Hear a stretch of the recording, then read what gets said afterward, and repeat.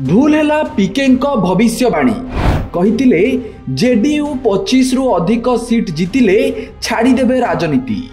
हेले बिहार रे नीतीश को दल जीतिला 85 सीट। एबे सबुठी चर्चा सतरे राजनीति छाड़ीदेवे कि पीके। अन्य दल को निर्वाचन जीतिबार रणनीति देउथिबा रणनीतिकार निज दल शोचनीय पराजयर सामना करिछि। बिहार विधानसभा निर्वाचन रिजल्ट सबुठु बड़ झटका देइछि जनसुराज पार्टीर नेता प्रशांत किशोर को। कहीं निर्वाचन फल आसिबा पूर्वरु अनेक साक्षात्कार रे प्रशांत किशोर खोला खोली दाबी करथिले जे निर्वाचन रे नीतीश कुमार को दल जेडीयू को 25 सीट मिलिबनी।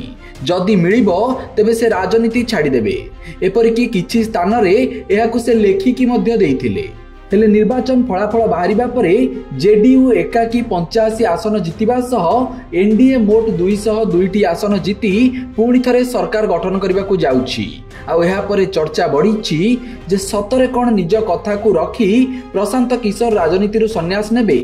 तेबे एहाकु नै एजाए प्रशांत किशोर मुह खोली नथिबा बेले जनसुराज पार्टीर राष्ट्रीय अध्यक्ष उदय सिंह एनै प्रतिक्रिया रखिछन्ति।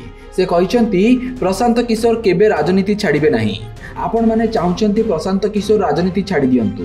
आपण माने जानि सुनी एही कथा उपरे जोर देउछन्ति।